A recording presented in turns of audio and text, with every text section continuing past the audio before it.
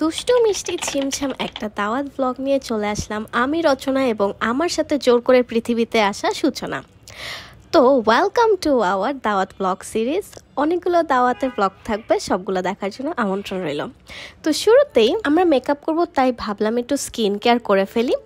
আমাদের কাছে ছিল AHA 30% plus BHA 2% peeling solution of Ordinary serum, যেটা কিনা স্কিনকে এক্সফোলিয়েটস করে এবং পোরগুলোকে আনলক করে আর স্কিনের টেক্সচারটা অনেক সুন্দরভাবে ইমপ্রুভ করে। It also removes dead sales এবং অ্যাকনি স্কার্সও রিমুভ করে। এটা হচ্ছে আপনার স্কিনকে ব্রাইটেন আপ করবে এবং স্মুথও করবে রেগুলার ইউজে। আমি আর সূচনা মনের মাধুরী মিশিয়ে স্কিনকে সুন্দর করে মাখছিলাম এবং এটা কিন্তু মেখে 10 মিনিট ওয়েট করতে হবে। 10 মিনিট পর পানি দিয়ে মুখ ধুয়ে ফেলতে হবে এবং ধোয়ার পর আমার স্কিনটা এত সফট লাগছিল, আমি আবার ঢঙ্গিদের মতো ঢং করছিলাম। আমি সোচো তো অলওয়েজ ঢং করে, এটা আর বলতে হবে নাকি। যাই হোক, এরপর আমরা জোসানের সানস্ক্রিনটা মেখে নিলাম, which offers SPF 50+ protection while hydrating and smoothing the skin with rice extract and probiotics. Anyway, এটা এতটাই light weight, leaves no white cast and gives a natural glow perfectly for daily use. তো আমরা অনেক সুন্দর করে মেখে নিলাম। আমার তো খুব ভালো লাগছিল, অ্যাজ আমি সানস্ক্রিন মাখতে অলওয়েজ লাইক করি। তো তোমরাও যদি এইরকম কোনো প্রোডাক্ট নিতে চাও, তোমরা কিন্তু এই পেজ থেকে নিয়ে নিতে পারো। তাদের কিন্তু স্টুডেন্ট ফ্রেন্ডলি এবং বাজেট ফ্রেন্ডলি অনেক কম্বোজ রয়েছে তোমাদের স্কিন টাইপ অনুযায়ী। অলসো তারা অফার করছে pair up options with glycolic acid এবং রাইস টোনার। তো তোমরা যে কোনো টাইপেরই 50 ml or 100 ml তোমাদের বাজেট অনুযায়ী পারচেস করতে পারো এবং আমার মনে হয় এই প্রোডাক্টগুলো অনেক ভালো। সো তোমরা দ্রুত পারচেস করে ফেলো। এরপরে আমরা মেকআপে চলে গেলাম। আমি ফিটমির এই ফাউন্ডেশনটা একটু লাগালাম to hide my dark circles, আর এটা এত পারফেক্টলি সুন্দর করে ব্লেন্ড হয়ে গিয়েছে। বলো তো আমি কী দিয়ে ব্লেন্ড করেছি? অবভিয়াসলি আমার আঙ্গুল দিয়া। আর একদমই কালার কারেক্টার ইউজ করি না, বিকজ কিচ্ছু আমার বাসায় নাই। আমরা যে লাস্ট বার নানু বাসায় বেড়াতে গিয়েছিলাম, তো সব ওইখানে রেখে আসছি। যাই হোক, সরি ফর মাই ভয়েস, আমার 2 দিন ধরে ঠান্ডা লাগছে, এই জন্য। নয়তো একটু পরে তো সবাই আমাকে বলবা এমন করে কথা বলছে কেন গো, বিকজ আমার গলার এই অবস্থা। জাগ্গা সূচর বাচ্চা সাজবে না বলে অনেক সাজছে, তো ওকে দেখে আমি অনেক বেশি ইন্সপায়ার্ড। আমি ভাবছিলাম সাজবো না, কিন্তু এইরকম মেকআপ প্রোডাক্ট হাতের কাছে পড়ে থাকলে কার না সাজতে ভালো লাগে। এই জন্য ভাবলাম একটু কালা মালা দিয়া চোখটাকে কালা বানায় রাখি। বাট আলহামদুলিল্লাহ আমার আই মেকআপ অত কালা হয় নাই। আর সুন্দর করে ব্লাশ লাগানোর পরে দেখতেছি ইয়াস, আলহামদুলিল্লাহ আমাকে কিউট লাগতেছে। সূচকেও তো মাশাআল্লাহ অলওয়েজ কিউট লাগে। আর ওকে কুতু বাবুনি লাগতেছিল আজকের মেকআপটাতে, অনেকটা গ্লোই লাগতেছিল। মেবি ওর স্কিন কেয়ারটা ভালো হয়েছিল এবং মেকআপটা বসছিল।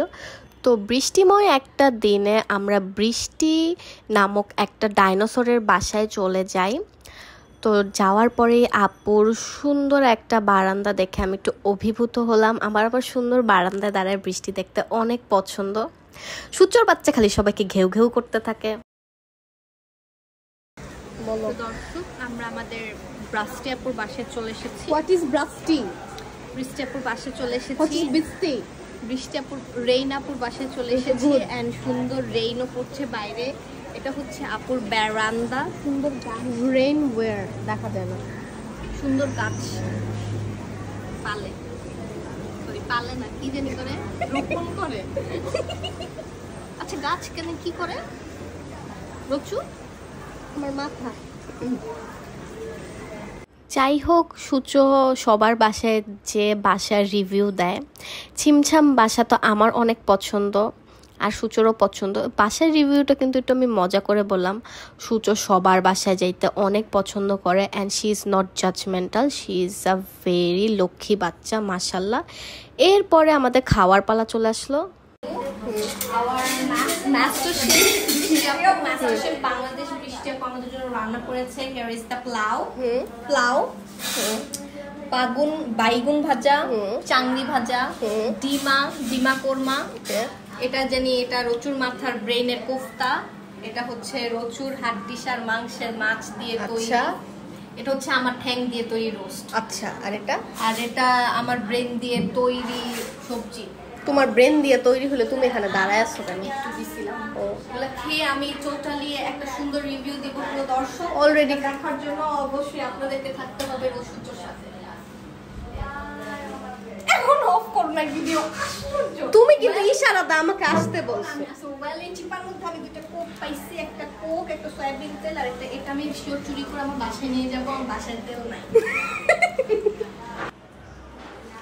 আমি চিপা চাপার মধ্যে কি কোনো খাদ্য টাদ্য আছে কিনা সেটা খুঁজতে যে পেয়ে গিয়েছি সুন্দর দুটো আচারের বয়রাম।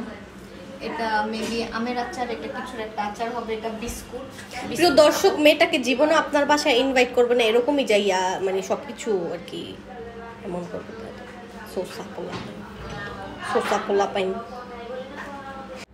আপুর বাসায় যাওয়ার পর আপু বলেছে, সরি বাচ্চারা, তোমাদের জন্য আমি বেশি কিছু আয়োজন করতে পারি না। যদিও আমি আপুকে একদমই বিলিভ করি না, বিকজ ওই যে আমাদের জন্য এরকম টেবিল ভর্তি এত এত রান্না করবে কষ্ট করে, এটা আমি জানতাম। ওর অনেক দিনের ইচ্ছা ছিল আমরা ওর বাসায় যাব। আমরা যখন গিয়েছি শি ওয়াজ ভেরি হ্যাপি, এবং আন্টিও মাশাল্লাহ অনেক হ্যাপি হয়েছেন। তাদের দুজনকে দেখো আমার অনেক ভালো লাগছে। আর রান্নার প্রশংসা না করলে না, অনেক অনেক বেশি মজা হয়েছে সবগুলো আইটেম। সূর্য তো বৃষ্টি আপুর আর গরুর মাংসের একদম ফ্যান, ওর অনেক মজা লেগেছে।